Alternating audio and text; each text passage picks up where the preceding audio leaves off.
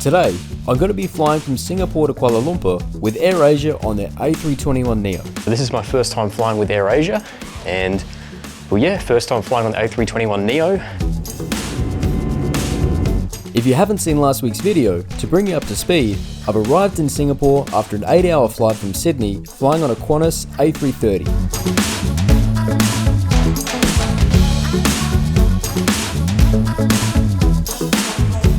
But today, I've woken up early after spending the night at the Venue Hotel in Singapore, where we begin today's adventure over to Kuala Lumpur. Okay, good morning. Well, here I am in Singapore. It's bright and early. It's about 6:30 a.m. this morning, and today I'm heading off to Kuala Lumpur with AirAsia on their A321neo. So this is my first time flying with AirAsia, and well, yeah, first time flying on the A321neo. I have been on the A320neo with Scoot Airlines, but yeah, this is a first for me on the A321, so really looking forward to it. It's nice and humid here this morning in Singapore, but I'm certainly looking forward to heading over to Kuala Lumpur, as that's a city I have never been to before. So I think the plan is I am just going to head back up to my hotel room, have some breakfast, and then we'll head back off to the airport in the next half an hour or so. So anyways, let's get going.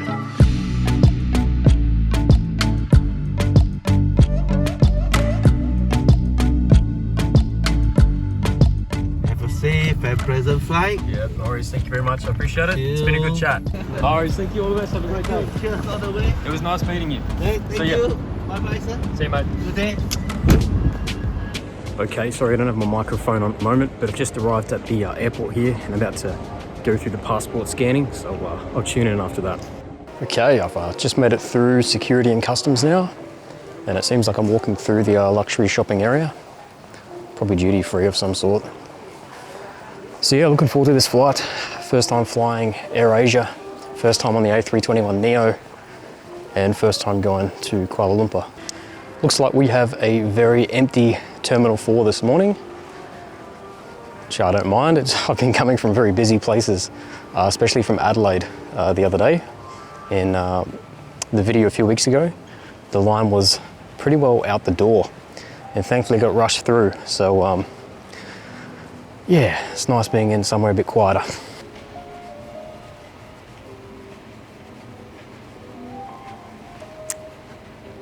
Okay, it looks like I'm taking off from gate 9. So that will be up this way here. So yeah, I have about, let me think, an hour and a half till boarding today, so probably just gonna walk around a little bit, try not to disturb any passengers sitting down. But yeah, I was on the plane for 8 hours yesterday, so I'm just gonna try and find somewhere to walk.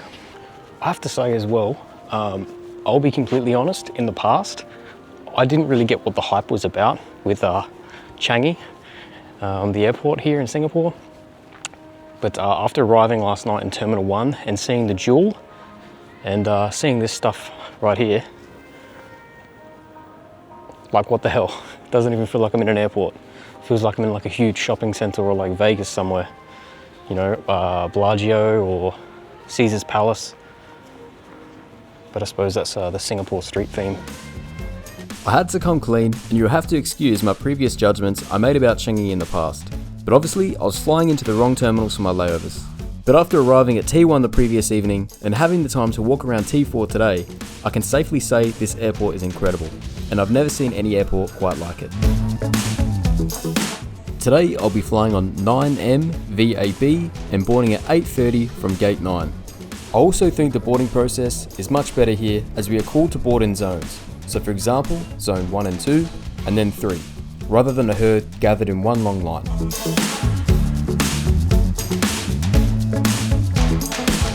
Upon boarding the aircraft, I noticed they were playing music through the speakers, which set an upbeat and happy ambience. The last time I experienced this was on a domestic flight with Air New Zealand, and I have to say, I like the idea of upbeat and fun music, as I feel it sets the tone for the flight ahead. Today I'm sitting in seat 12F, one of the 236 seats on board this aircraft. Although there isn't a business class, there is economy extra, which has 60 seats, whilst economy has 176.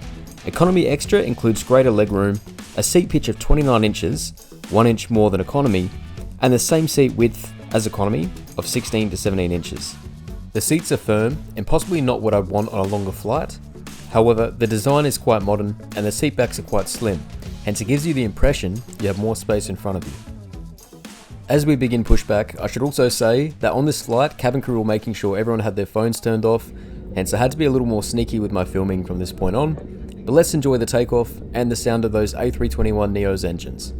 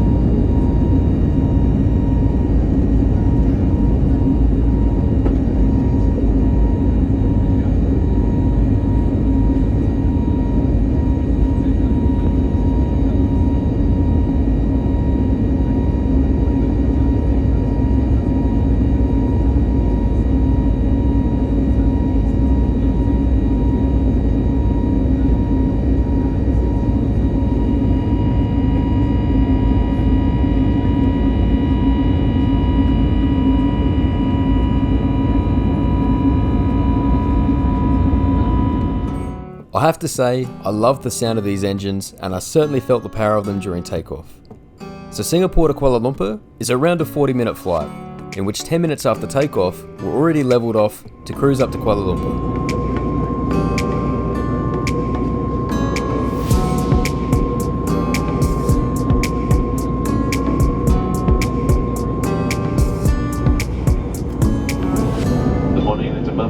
It's very again straight from the flight deck. For information, currently we're closing at 22,000 feet above mean sea level.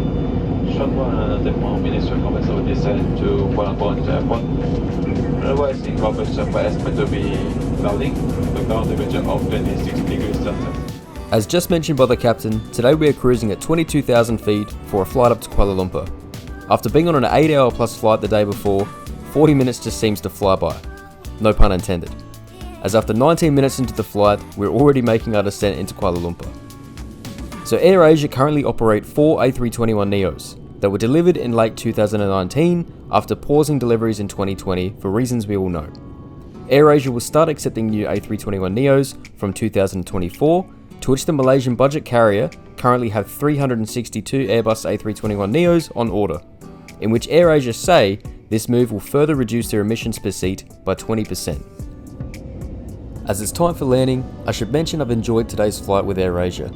Although I wouldn't want to fly numerous hours with the firm seats, for a low-cost airline, I'd definitely fly with them again.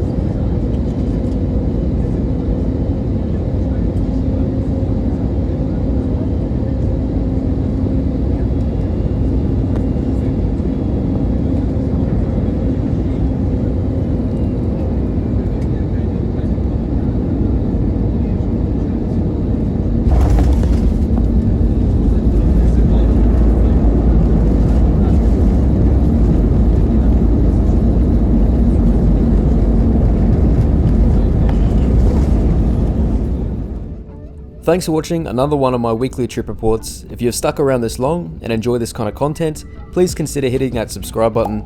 I'm almost at 1,000 subscribers and it will help me a lot. on my YouTube journey. But until next week, once again, thanks for watching and all the best.